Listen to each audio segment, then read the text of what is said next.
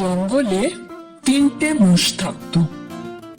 তিনটে মোষই খুব শক্তিশালী ছিল। তিনজনে খুব ভালো বন্ধুও ছিল। ওরা সব সময় একসঙ্গে থাকতো, একসঙ্গে খেত, একসঙ্গেই খেলা করত। যেখানে যখন হোক না কেন তিনজনে একসাথেই যেত। কখনো কেউ কাউকে একলা ফেলে রেখে যেত না।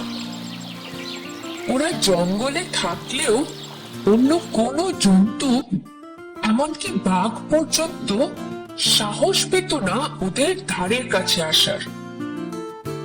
তারা জানতো কোনো একজনকে আঘাত করলে আর একজন তাদের ছেড়ে দেবে না। তাই কেউ কখনো সাহস পেত না ওদের রাস্তার সামনে দিয়ে যেতে। একদিন একটা চিতা ভাবলো, এই তিনজন বেশ ভালো খাবার হতে পারে আমার। ওদেরকে মারলে আমি দারুণ ভোজন করব। কিন্তু ওদের আক্রমণ কি করে করি? ওরা তো সব সময় একসঙ্গে থাকে। এইটা যখন চিতা ভাবতে লাগলো, ঠিক তখনই একটা শৃগাল পাশ দিয়ে যাচ্ছিল। চিতা ভাবলো কেননা সে শৃগালের সাহায্য নেয়। শৃগালের সাথে চিতা একটা দারুণ উপায় বার করলো।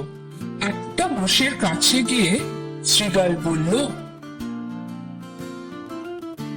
নমস্কার নমস্কার মোষ ভাই, আমার কাছে তোমার জন্য দারুণ একটা উপায় আছে। কি হয়েছে শৃগাল ভাই? আমি একটা জায়গা জানি যেখানে তুমি দারুণ সবুজ ঘাস পাবে। মোষ খুব খুশি হলো আর বলল, এ তো খুব ভালো ব্যাপার। আমি আমার বন্ধুদেরও বলি সবাই একসাথে যাই, খুব মজাও করব।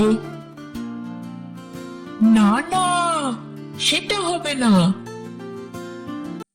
কেন হবে না?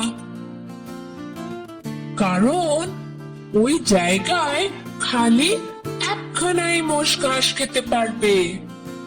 তুমি চাইলে আমি তোমাকে গোপনে সেই জায়গায় নিয়ে যেতে পারি। এটা তো খুব ভালো সুযোগ।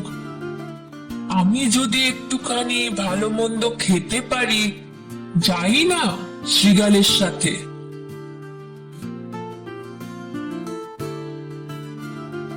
এই ভেবে শৃগাল আর মোষ একসাথে যেতে লাগলো। হঠাৎ গাছের উপর থেকে এক লাফ দিয়ে মোষের গায়ের উপর পড়ল। তাকে কামড়ে ছিঁড়ে দারুণ ভাবে খেতে লাগলো।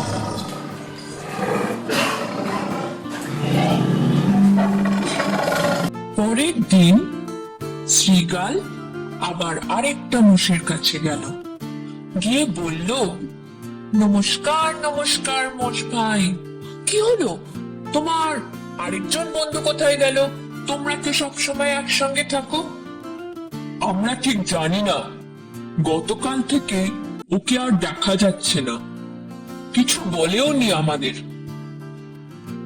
ও, তাহলে ও নিশ্চয়ই তোমাদের ঠকিয়েছে। না না, একদমই নয়। ও আমাদের ভালো বন্ধু, ঠকাতেই পারে না। শৃগাল বলল, তুমি আমায় বিশ্বাস করছো না? তাহলে আমার সাথে এসে দেখেই যাও তোমার বন্ধু কিরকম আনন্দ করে ঘাস খাচ্ছে। মোষ শৃগালকে বিশ্বাস করেনি, কিন্তু শৃগাল বলল, ছেড়ে দাও যদি আমায় বিশ্বাস না করো। তোমাদের বন্ধু কিন্তু তোমাদের ঠকাচ্ছে। যদি এরকমই হয় তাহলে একবার গিয়ে দেখেই আসি শৃগালের কথাটা সত্যি কিনা।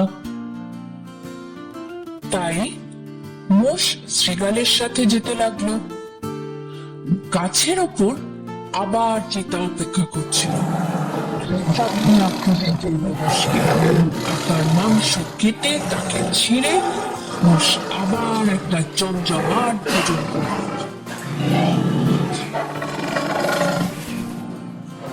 এবারে 3 নম্বর মোষ তো একদম একলা, ওর সাথে আর কেউ নেই, কোনো পরিকল্পনারও কোনো দরকার নেই।